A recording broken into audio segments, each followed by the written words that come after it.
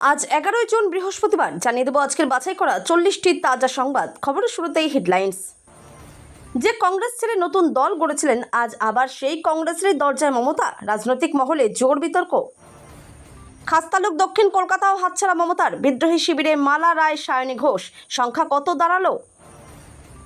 মুখ্যমন্ত্রী শুভেন্দু হাতে রাখলেন কোন কোন দপ্তর? নতুন মন্ত্রীরা এবার পেলেন কোন দপ্তর? এক নজরে রাজ্যের মন্ত্রিসভার পূর্ণ তালিকা। রাহুলকে দেশের নেতা মানার শর্ত। মমতার পুরনো দলে ফেরার জল্পনায় শুভঙ্করের মন্তব্য ঘিরে তোলপাড়। মুখ্যমন্ত্রীর ঘোষণার পরের দিনই বসল নতুন ফ্লেক্স। দীঘার মন্দির চত্বরে জুড়ল সাংস্কৃতিক কেন্দ্র।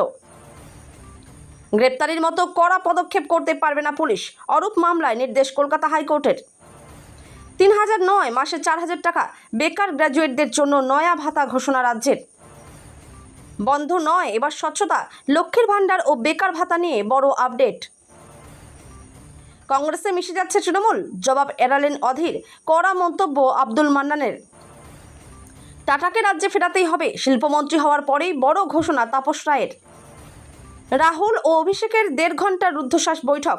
জাতীয় রাজনীতিতে নতুন সমীকরণ। 2000 টাকা মাইনের বাসন মাজার কাজ থেকে রাজ্যের মন্ত্রী। কলিতা মাঝির উত্থানের গল্প। কাকমারি সীমান্তে 0 পয়েন্টে কাঁটাতারের বেড়া দেওয়ার দাবিতে কৃষকদের বিক্ষোভ। কলকাতা বিমানবন্দরে নামলে গ্রেপ্তার অভিষেক, জল্পনা তুঙ্গে। মুখ্যমন্ত্রী কিছু করতে পারবেন না, আমি শেষ কথা। সব্যসাচীকে নিয়ে চাঞ্চল্যকর অভিযোগ। ক্ষোভের আগুনে জন্ম সরকার বিরোধী আন্দোলনে আরশোলা। অন্নপূর্ণা যোজনা নিয়ে বড় ঘোষণা। দায়িত্ব পেয়েই বার্তা স্বপন দাশগুপ্তের। টাকার বিনিময়ে চাকরি নয়, মেধার জয় হবে। স্বচ্ছ নিয়োগের ডেডলাইন উচ্চশিক্ষামন্ত্রীর। রেশন কার্ডে এই ক্যাটাগরি থাকলেই মিলবে আয়ুষ্মানের 5 লাখ। দেখে নিন।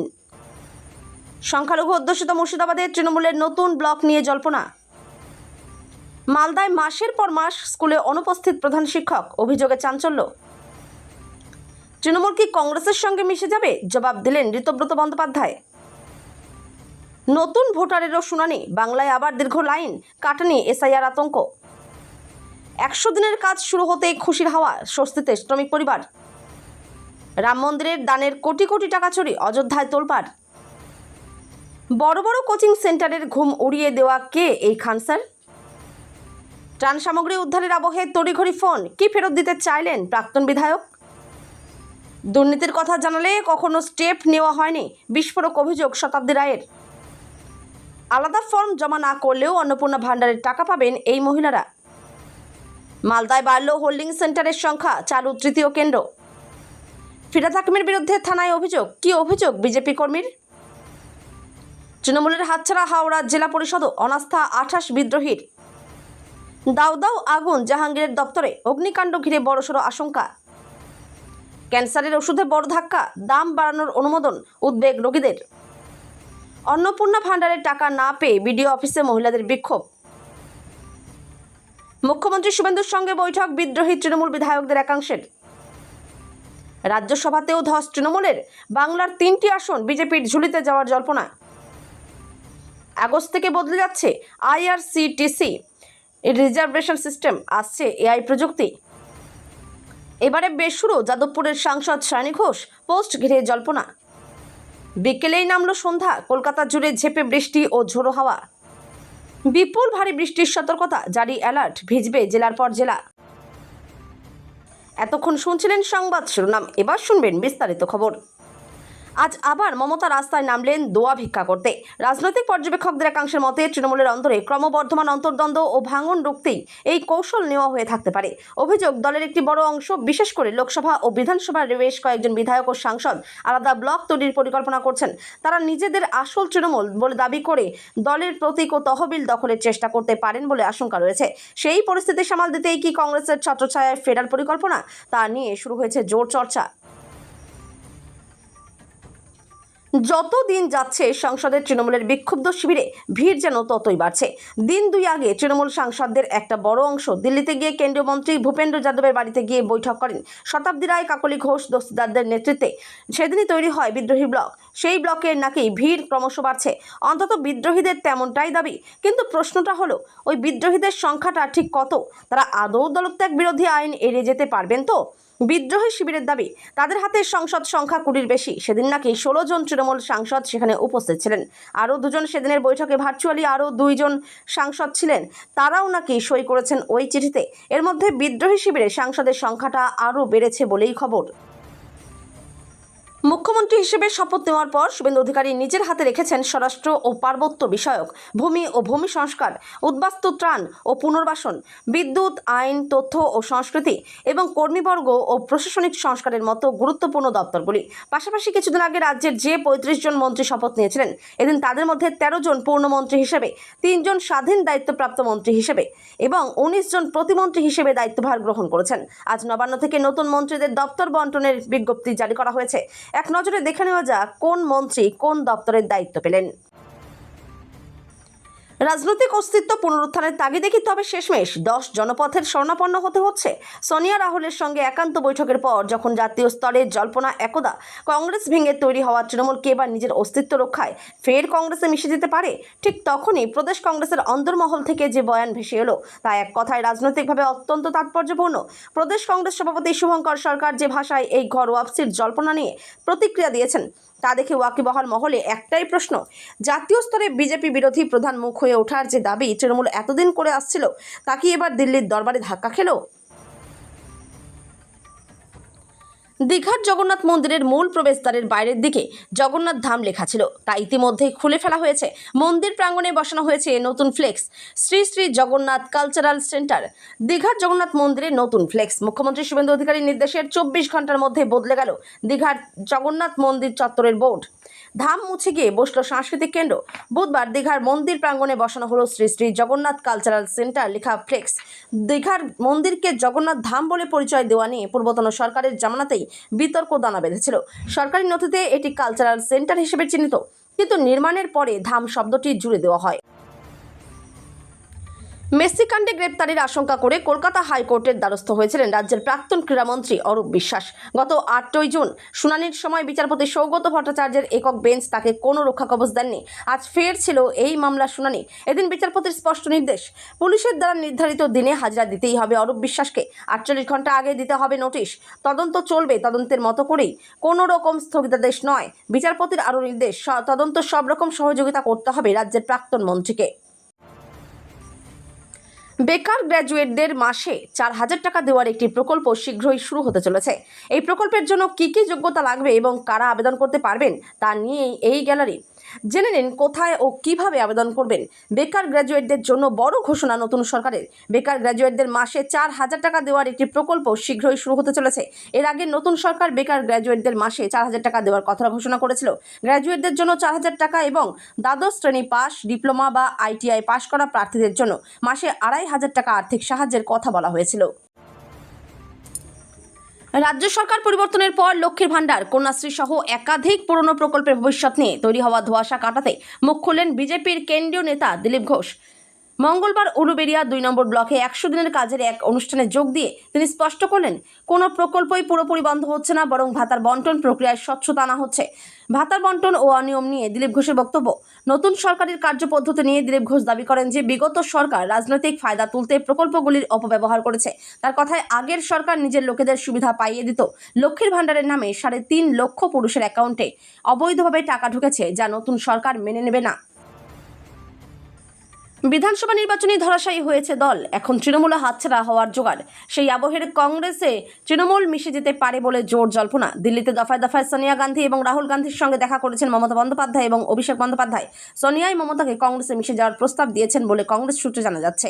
পশ্চিমবঙ্গের প্রদেশ কংগ্রেস সভাপতি শুভঙ্কর সরকারও এ নিয়ে ইঙ্গিতপূর্ণ মন্তব্য করেছেন। সেই আবহে এবার মুখ খুললেন প্রদেশ কংগ্রেসের প্রাক্তন সভাপতি তথা লোকসভার প্রাক্তন বিরোধী দলনেতা অধীর রঞ্জন চৌধুরী। রাজ্যের শিল্প ও বাণিজ্য দপ্তরের দায়িত্ব নিয়েই ঝড় তুললেন মন্ত্রী তাপস রায়। নিউজ 18 বাংলাকে দেওয়া এক এক্সক্লুসিভ সাক্ষাৎকারে তিনি সাফ জানিয়ে দিলেন, তার প্রধান লক্ষ্য শিল্পক্ষেত্রে বাংলাকে নতুন উচ্চতায় নিয়ে যাওয়া এবং তার জন্য তিনি প্রয়োজনে সব ধরনের প্রচেষ্টা করতে প্রস্তুত। শিল্পায়নের ক্ষেত্রে টাটা গোষ্ঠীর গুরুত্ব তুলে ধরে মন্ত্রী বলেন, টাটাকে রাজ্যে ফেরাতেই হবে। রতন টাটা যদি আজ বেঁচে থাকতেন তাহলে আমি ব্যক্তিগতভাবে তার কাছে ছুটে যেতাম। শিল্প জগতে তিনি একজন ফাদার ফিগার। আমি তাকে হাত ধরে অনুরোধ করতাম রাজ্যে বিনিয়োগের জন্য। দিল্লিতে বিরোধী জোট ইন্ডিয়াকে শক্তিশালী করার প্রক্রিয়ার অংশ হিসেবে কংগ্রেস নেতা রাহুল গান্ধীর সঙ্গে বৈঠক করেছেন তৃণমূল কংগ্রেসের সর্বভারতীয় সাধারণ সম্পাদক অভিষেক বন্দ্যোপাধ্যায়। সোনিয়া গান্ধীর বাসভবনে আয়োজিত এই রুদ্ধদ্বার বৈঠকটি প্রায় 1.5 ঘন্টা স্থায়ী হয়। জাতীয় রাজনীতিতে বিজেপি বিরোধিতার প্রশ্নে বিভিন্ন দলের মধ্যে তৈরি হওয়া মত পার্থক্য দূর করা এবং মোদী সরকারের বিরুদ্ধে যৌথ আন্দোলনের রূপরেখা তৈরি এই সাক্ষাতের মূল উদ্দেশ্য বলে জানা গেছে। বৈঠকে জাতীয় রাজনৈতিক পরিস্থিতির পাশাপাশি পশ্চিমবঙ্গের বর্তমান রাজনৈতিক অস্থিরতা ও তৃণমূলের অভ্যন্তরীণ চ্যালেঞ্জ নিয়েও আলোচনা হয়েছে। রাজ্য বিধানসভা নির্বাচনের পর তৃণমূলের একাংশ সাংসদদের বিদ্রোহী হওয়ার গুঞ্জন এবং দলবদলের জল্পনার প্রেক্ষাপটে কংগ্রেসের সঙ্গে সুসম্পর্ক বজায় রাখাকে কৌশলগতভাবে গুরুত্বপূর্ণ হিসেবে দেখছে তৃণমূল নেতৃত্ব। রাজনীতিতে রূপকথা বোধ হয় একেই বলে। 4 দেওয়ালের অনটন, পরের বাড়িতে পরিচারিকার কাজ আর ভাঙা চালের এক চিলতে ঘর, সব বাধা পেরিয়ে এক অভাবনীয় রাজনৈতিক উত্থানের সাক্ষী থাকলো বাংলা। পূর্ব বর্ধমানের আউশ গ্রামের বিজেপি বিধায়ক কলিতা মাঝি এখন আর শুধু জনপ্রতিনিধি নন, তিনি রাজ্যের নতুন প্রতিমন্ত্রী। 1 জুন লোকভবনে রাজ্যপাল এবং মুখ্যমন্ত্রীর উপস্থিতিতে মন্ত্রী হিসেবে শপথ নেন তিনি। গৃহ পরিচারিকার কাজ করে মাসে মাত্র 2,500 টাকা উপার্জনকারী এক হতদরিদ্র মহিলার এই মন্ত্রীপদে উত্তরণ বাংলার সমকালীন রাজনীতিতে এক নয়া আখ্যান তৈরি করলো। ছত্তিশগড়ের চারু পাণ্ডে মাত্র 23 বছর বয়সেই এসএসসি, এসবিআই, আইবিপিএস সহ 19টি সরকারি চাকরির পরীক্ষায় সাফল্য পেয়েছেন। জানুন তার সাফল্যের রহস্য ও প্রস্তুতির কৌশল। যেখানে অধিকাংশ চাকরি প্রার্থী একটি সরকারি চাকরির জন্য বছরের পর বছর প্রস্তুতি নেয়, সেখানে মাত্র 23 বছর বয়সেই 19টি সরকারি চাকরির পরীক্ষায় সাফল্য অর্জন করে নজির গড়েছেন ছত্তিশগড়ের Charu Pandey. SSC, IBPS, SBI, Delhi police থেকে শুরু করে একাধিক কেন্দ্রীয় ও রাজ্য স্তরের পরীক্ষায় উত্তীর্ণ হয়ে তিনি বর্তমানে দেশের অসংখ্য চাকরি প্রার্থীর কাছে অনুপ্রেরণার নাম হয়ে উঠেছেন। মুর্শিদাবাদ জেলার সাগরপাড়া থানার চর কাকমারি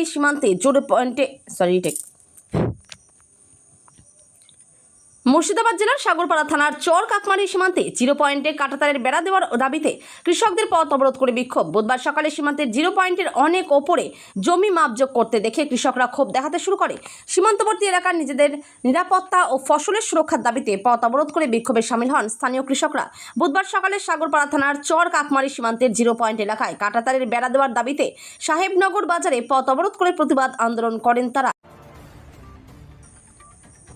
সইজাল কাণ্ডে যে কোনো মুহূর্তে গ্রেপ্তার হতে পারেন অভিষেক বন্দ্যোপাধ্যায়। অন্তত সিআইডির তৎপরতায় এমনই জল্পনা রাজ্যে। আজ বুধবার দিল্লি থেকে কলকাতায় ফেরার কথা রয়েছে তৃণমূলের সর্বভারতীয় সাধারণ সম্পাদক অভিষেক বন্দ্যোপাধ্যায়ের। তার আগেই কলকাতা বিমানবন্দরে পৌঁছে গিয়েছেন সিআইডির আধিকারিকরা, এমনটাই সূত্র মারফত জানা গিয়েছে। অভিষেকের গতিবিধির খোঁজে বিমানবন্দর কর্তৃপক্ষের সঙ্গে যোগাযোগ করেছেন রাজ্যের গোয়েন্দারা। সইজাল কাণ্ডে মোট 3 বার সিআইডির তলব এড়িয়েছেন অভিষেক। এই মামলায় রক্ষা কবচ চেয়ে কলকাতা হাইকোর্টে আর্জিও জানিয়েছিলেন তিনি। আজ বুধবারই সেই মামলার শুনানি রয়েছে, কিন্তু তার আগেই সিআইডির তৎপরতা নিয়ে জল্পনা শুরু হয়েছে। তোলাবাজির অভিযোগে গ্রেপ্তার হয়েছেন প্রাক্তন তৃণমূল বিধায়ক সব্যসাচী দত্ত, যার অভিযোগের ভিত্তিতে গ্রেপ্তার হলেন সব্যসাচী দত্ত। তিনি ইতিমধ্যেই একের পর এক অডিও ভিডিও সামনে এনেছেন। অভিযোগকারী ব্যবসায়ীর দাবি, সব্যসাচী দত্ত তাকে একবার বলেছিলেন, মুখ্যমন্ত্রী মমতা বন্দ্যোপাধ্যায় কিছু করতে পারবেন না, আমি শেষ কথা। তোলাবাজি কাণ্ডে প্রাক্তন তৃণমূল বিধায়ক সব্যসাচী দত্ত গ্রেপ্তার হতেই খুলে গেছে পান্ডুয়ার বাক্স, আর সেখান থেকে এখন বেরিয়ে আসছে একের পর এক অভিযোগ। অভিযোগকারী ব্যবসায়ী মধুসূদন চক্রবর্তী বলেছেন, মাননীয় মুখ্যমন্ত্রী তখন যিনি ছিলেন তাকে চিঠি পাঠিয়েছিলাম। সব্যসাচী দত্ত বলেছেন, মুখ্যমন্ত্রী মমতা বন্দ্যোপাধ্যায় আপনাকে কিছু করতে পারবেন না, আমি শেষ কথা। উনি তখন রাজারহাট নিউ টাউনের বিধায়ক, উনি তখন বিধাননগরের মেয়র। শঙ্কা ছিল বোস্টন থেকে দিল্লি এলেই অভিজিৎ দীপকে পুলিশ গ্রেপ্তার করবে। আশঙ্কার কথা অভিজিৎ নিজেই জানিয়েছিলেন সামাজিক মাধ্যমে। এক্সট্যান্ডারে লিখেছিলেন, কে জানে হয়তো দেশে ফিরলে তিহার জেল হবে আমার ঠিকানা। যেদিন দেশের উদ্দেশ্যে রওনা হলেন সেদিনও লেখেন, ভারতে যাচ্ছি, দেশের সংবিধানের হাতে নিজের ভাগ্য সঁপে দিয়েছি। সুখের কথা, তার শঙ্কা সত্য হয়নি। অভিজিৎ যন্তর মন্তরে গিয়েছেন, পুলিশ তাকে বাধা দেয়নি। প্রথম বিক্ষোভ সমাবেশের পর মহারাষ্ট্রে নিজের বাড়িতে গিয়েছেন। তার আগে জানিয়েছেন, শিক্ষামন্ত্রী ধর্মেন্দ্র প্রধান ইস্তফা না দিলে আগামী শনিবার আবার তারা বিক্ষোভ সমাবেশ করবেন। অভিজিতের শঙ্কা একেবারে অমূলক ছিল না, শাসক দল সচেষ্টও ছিল। বিভিন্ন নেতা বলাবলি করেছেন, অভিজিৎদের তৈরি ককরোচ জনতা পার্টির নেপথ্যে পাকিস্তানি মদত রয়েছে। অন্নপূর্ণা যোজনা দিয়ে শুরু হয়েছে, আস্তে আস্তে সবটা হবে আগামী 2 মাসে। অর্থ দপ্তরের দায়িত্ব পেয়ে প্রথম দিনে এই যোজনা নিয়ে ঘোষণা করলেন মন্ত্রী স্বপন দাশগুপ্ত। ইতিমধ্যে 50 লক্ষের বেশি মহিলারা ব্যাংকে ক্রেডিট হয়েছে অন্নপূর্ণা যোজনার 3000 টাকা। একথা আগেই জানিয়েছিলেন মুখ্যমন্ত্রী শুভেন্দু অধিকারী। যারা নতুন আবেদন করছেন, ভেরিফিকেশনের পরে তাদের অ্যাকাউন্টে টাকা ঢুকতেও 7 থেকে 8 দিনের বেশি সময় লাগবে না। বুধবার মন্ত্রী বলেন, সামনেই বাজেট এবং পাহাড় প্রমাণ প্রত্যাশা সাধারণ মানুষের। অন্নপূর্ণা যোজনা 2000 থেকে 3000 টাকা করা হলো, প্রায় মাসে 10,000 কোটি টাকা খরচ বাড়ছে। একটা প্রতিশ্রুতি দেওয়া হয়েছিল নির্বাচনের সময়, অন্নপূর্ণা যোজনা 3000 করব, বার্ধক্য ভাতা বাড়াবো। ধীরে ধীরে আমরা বাস্তবায়ন করছি। প্রথমেই অন্নপূর্ণা ভাতা দিয়ে আরম্ভ করা হয়েছে এবং ওটা মোটামুটি ওয়ার্ক ইন প্রোগ্রেস মোডে চলছে। আশা করছি আরও 2 মাসের মধ্যে সবটা কমপ্লিট হয়ে যাবে। ডেডলাইন সূত্রের খবর, এদিন সিআইডিকে চিঠি পাঠিয়ে অভিষেক জানিয়েছেন তিনি কলকাতার বাইরে, তাই এই মুহূর্তে হাজিরা দিতে পারছেন না তিনি। সেই চিঠিতে অভিষেক অতিরিক্ত সময় চেয়েছেন বলেই খবর। তিনি যে হাইকোর্টের দ্বারস্থ হয়েছেন সে কথা উল্লেখ করা হয়েছে চিঠিতে। সই কাণ্ডের সূত্রপাত ভোটের ফল ঘোষণার পর। গত 6 মে বিধায়কদের নিয়ে কালীঘাটের তৃণমূল নেত্রী বৈঠক করেন। তাতে বিরোধী দলনেতা হিসেবে শোভনদেব চট্টোপাধ্যায়ের নাম প্রস্তাব করা হয়। ওই দিন যারা উপস্থিত ছিলেন তারা সকলে হাত তুলে শোভনদেবকে সমর্থন জানান, কিন্তু বিধানসভায় এই সংক্রান্ত যে প্রস্তাবনা জমা দিতে হয় তা দেয়নি তৃণমূল। শিলিগুড়ি, দুর্গাপুর, কল্যাণীর নবান্ন সভাঘরের পর কোলাঘাটে প্রশাসনিক বৈঠকে হাজির ছিলেন বিজেপির বিধায়ক সাংসদদের সঙ্গেই হাজির তৃণমূলের সাংসদ বিধায়করা। হাজির ছিলেন জুনমালিয়া দেবও। বৈঠক শেষে সাংবাদিকদের মুখোমুখি হয়ে বার্তা দেন মুখ্যমন্ত্রী। বার্তার শুরুতেই মুখ্যমন্ত্রী জানান, 35 জন বিধায়ককে আমন্ত্রণ জানানো হয়েছিল মঙ্গলের প্রশাসনিক বৈঠকে। 35 জনেই উপস্থিত ছিলেন, তার মধ্যে 33 জন বিজেপির, তৃণমূলের 2 জন, 4 জন সাংসদ উপস্থিত ছিলেন আজকের বৈঠকে। এদিন শুভেন্দু অধিকারী বলেন, বিরোধী দলের এক সাংসদ বলেই ফেললেন, আপনারা আমাদের স্বাধীনতা দিয়েছেন কথা বলার, তাই আমি মন খুলে আজ বলছি, আমরা এই বন্ডিং তৈরি করতে চাইছি। ভয়ঙ্কর কম্পন, থরথর করে কেঁপে উঠল মাটি, মুহূর্তে ধসে পড়ল বাড়ির বারান্দা, সাইনবোর্ড, পুরনো বাড়ির দেওয়াল, তাসের ঘরের মতো ভেঙে পড়ল অপোক্ত ঘরবাড়ি। ফিলিপিন্সের শক্তিশালী ভূমিকম্পে পরিণতি হলো ভয়ঙ্কর। সোমবার সকালে 7.8 মাত্রার ভূমিকম্প হয়। বেসরকারি সূত্র বলছে, ঘটনায় অন্তত 37 জনের মৃত্যুর খবর পাওয়া গিয়েছে। আহত হয়েছেন প্রায় 500 জন। ঘরছাড়া হয়েছেন 20,000-এরও বেশি মানুষ। মঙ্গলবারও ধ্বংসস্তূপের নিচে কেউ আটকে থাকতে পারেন বলে আশঙ্কা করা হচ্ছে। উদ্ধার কাজ চালিয়ে যাচ্ছেন উদ্ধারকারী দলগুলি। ভূমিকম্পের কেন্দ্রস্থল ছিল ফিলিপিন্সের দ্বিতীয় বৃহত্তম দ্বীপ মিন্ডানাওয়ের উপকূলবর্তী এলাকায়। গত অর্ধ শতকে এমন ভয়ঙ্কর ভূমিকম্প দেখেনি ফিলিপিন্স। এখনও সেই আতঙ্ক কাটিয়ে উঠতে পারছে না এলাকার বাসিন্দারা। আফটার শকের আশঙ্কায় রাতের ঘুম উড়েছে। হাতে কোদাল, পাশে জব কার্ডধারী শ্রমিকরা। দীর্ঘদিন বন্ধ থাকার পর 100 দিনের কাজ ফের চালুর সূচনা লগ্নে একেবারে মাঠে নেমে কাজের বার্তা দিলেন পঞ্চায়েত মন্ত্রী দিলীপ ঘোষ। হাওড়া জেলার উলুবেড়িয়া ব্লকের জোয়ারগড়ি গ্রাম পঞ্চায়েত এলাকায় মহাত্মা গান্ধী জাতীয় গ্রামীণ কর্মসংস্থান নিশ্চয়তা প্রকল্পের পুনরায় সূচনা অনুষ্ঠানে কোদাল হাতে দেখা যায় তাকে। শ্রমিকদের সঙ্গে কথা বলার পাশাপাশি প্রতীকীভাবে মাটি কেটে কাজেরও সূচনা করেন মন্ত্রী।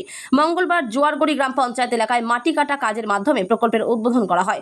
সরকারি সূত্রে জানা গিয়েছে, 2022 সালের মার্চ মাস থেকে বিভিন্ন অভিযোগ ও প্রশাসনিক জটিলতার কারণে পশ্চিমবঙ্গে এই প্রকল্পের কাজ বন্ধ ছিল। অবশেষে কেন্দ্রের অনুমোদনের পর 9 জুন 2026 থেকে ফের চালু হয়েছে 100 দিনের কাজ। ট্রেনের সংখ্যা না বাড়িয়ে মহিলা কামরা বৃদ্ধির সিদ্ধান্তের প্রতিবাদ, আর তাতেই অফিস